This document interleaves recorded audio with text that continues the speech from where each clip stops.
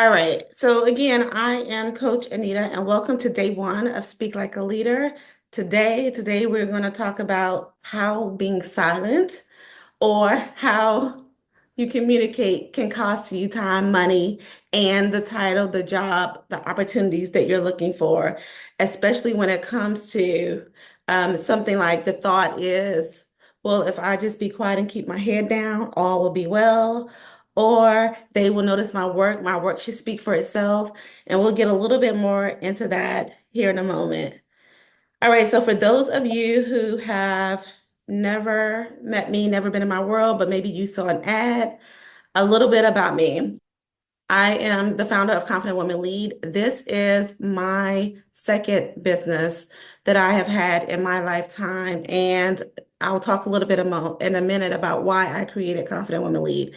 But I have over 20 years experience in corporate America. One of the things about my career is that I have had the privilege of being in roles that go across business lines, right? So a lot of roles you kind of stay in your area. So if you're in mortgage, you stay in mortgage. But the roles I've had, especially in risk management, have allowed me to see things that a lot of us don't get the opportunity to see. And I think it's one of the reasons why I have an understanding of strategy. I've spent a lot of time with C-suite leaders and things of that nature.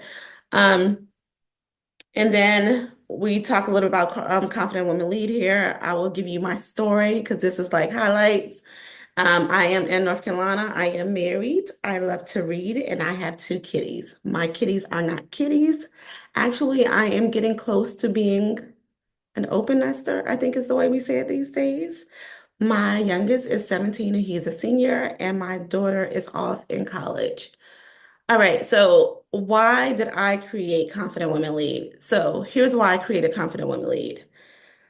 Who was it 2014, 2015? I was a part of a reorg. And up until then, my career was going great. I was a rock star, all was well, until the businesses decided to merge. So in banking, a lot of times there are holding companies. And in my case, there was a holding company and there was a bank. They merged. And when they merged, we had two groups that fundamentally did the same thing. And in that reorg, I got the other boss. So, right, so my boss went and he did something else, and I got a new boss.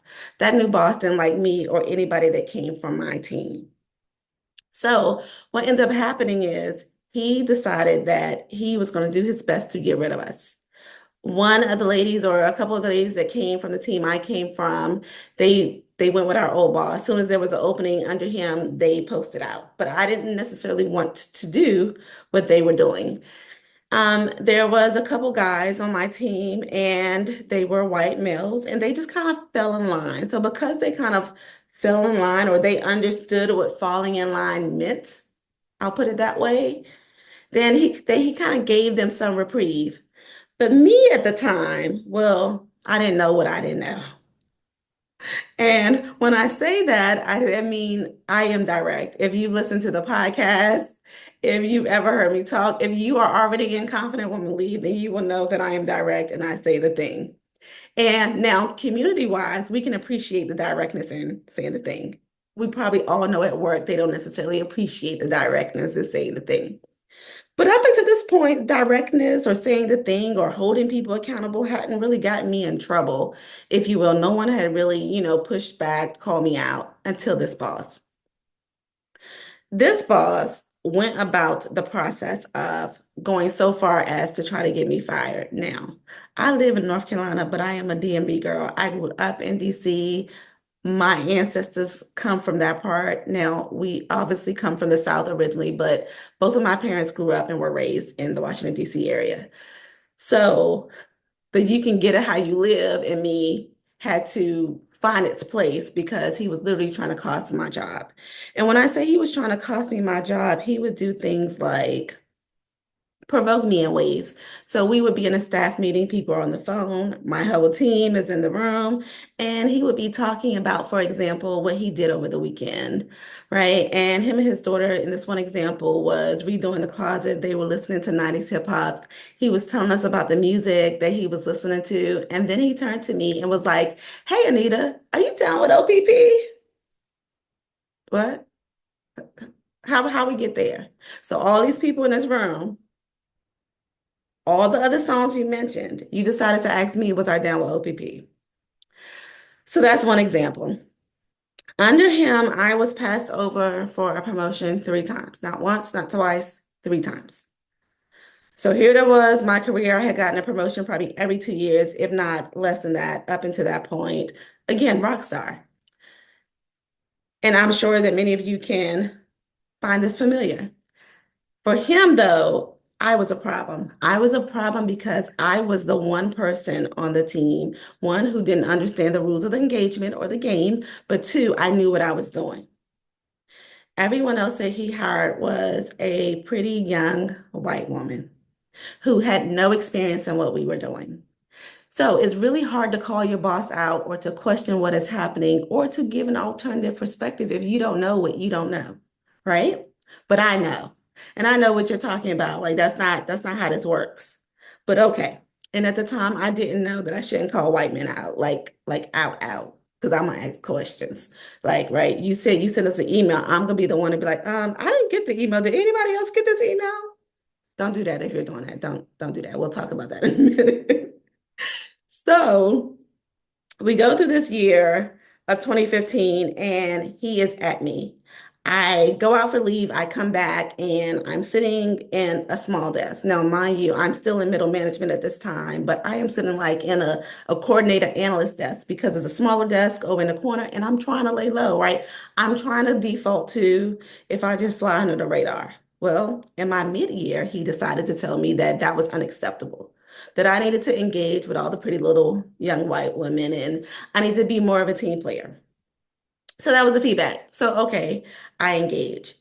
I even tried to get off of his team. But what he would do would be that once he knew I was applying to get off his team, he would call the hiring manager and say something indirectly about me. None of it was true. But here's what I learned from him, a couple things.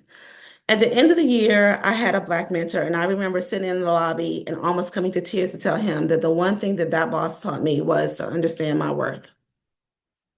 It is imperative that you understand your worth because when you understand your worth, when you understand your knowledge, when you understand who you are and how you show up, I think I have a recent podcast that talk about it's your emotion that's causing the commotion because we, especially as Black women, having had to work 10 times as hard, really underestimate how we are a threat, how we make people feel incompetent. And even though it's not our intention to do so, we do so inherently because we are just smarter. It's a byproduct of having to be 10 times as smart, work 10 times as hard. Is a byproduct is that we know more than they do. And we do it without even thinking about it. And it intimidates them. It makes them feel insecure about who they are because they recognize they don't. So their default is to try to bring us down, to try to break us, to try to do whatever they can to keep us from leveling up, being promoted, gaining visibility, all of these things.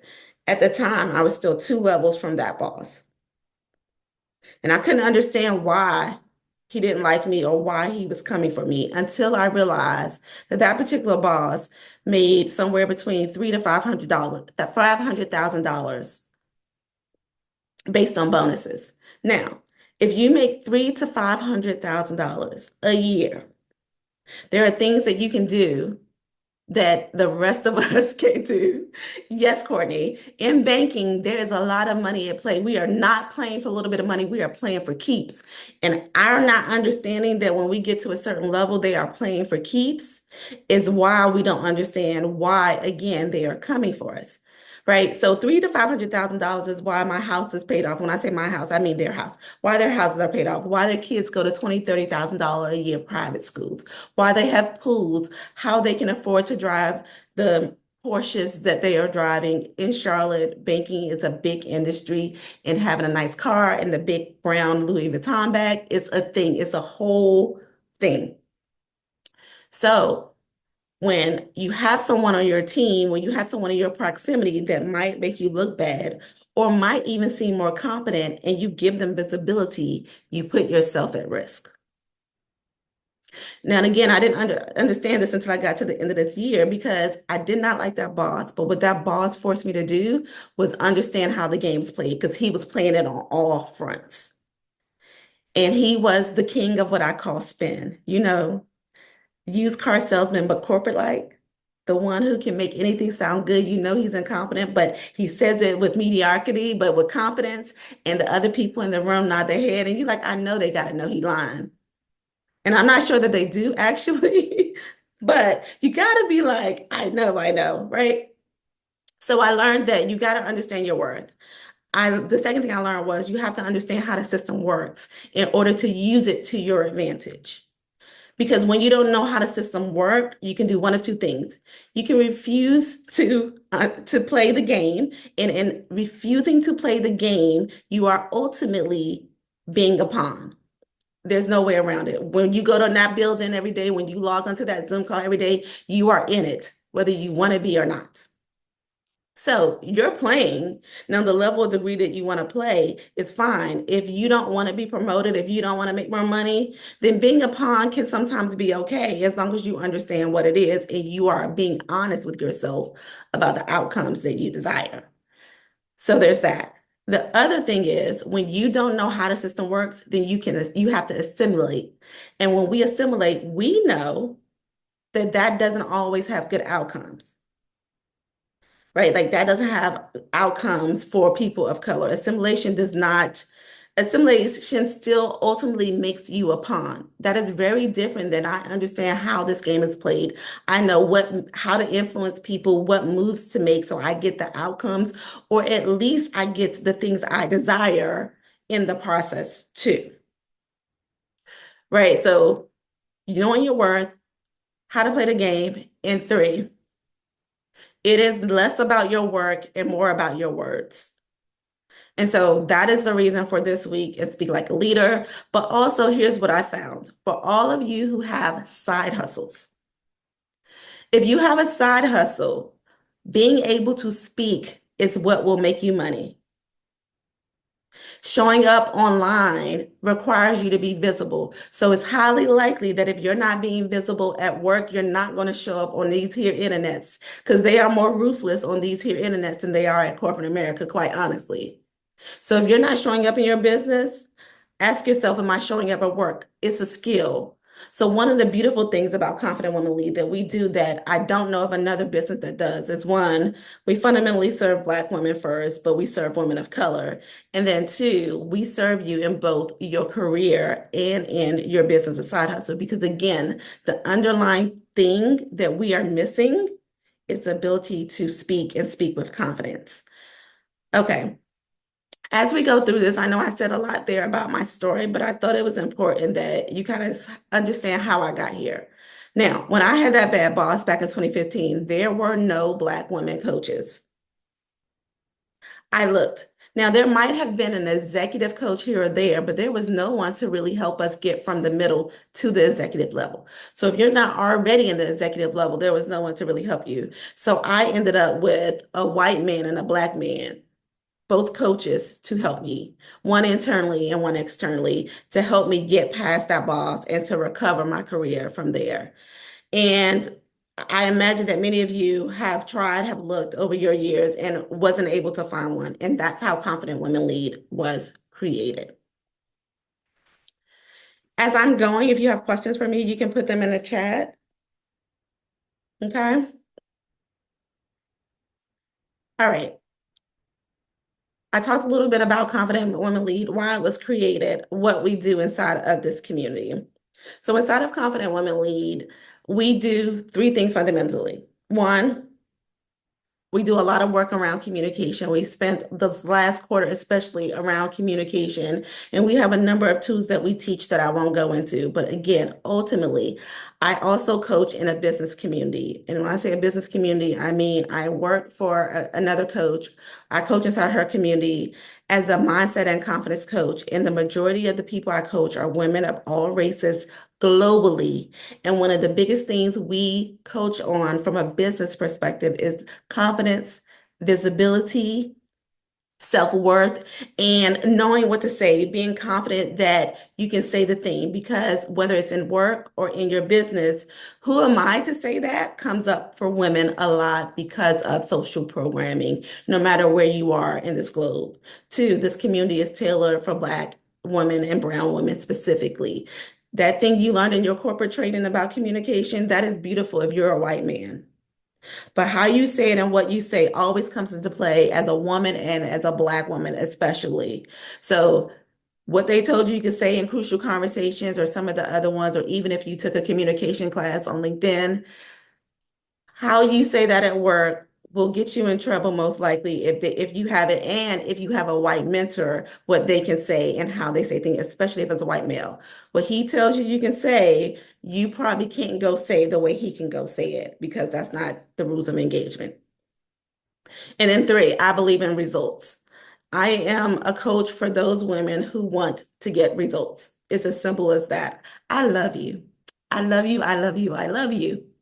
But I want you to be successful. And I have a gift at being able to pull and create success within you and to show you what they already see in you, because I guarantee you that the person you work for is either intimidated with your success or they're utilizing it for their good. But they can see your gifts better than you can see your gifts. And I'm here to help you see your gifts so that you can use them for your good, not for theirs.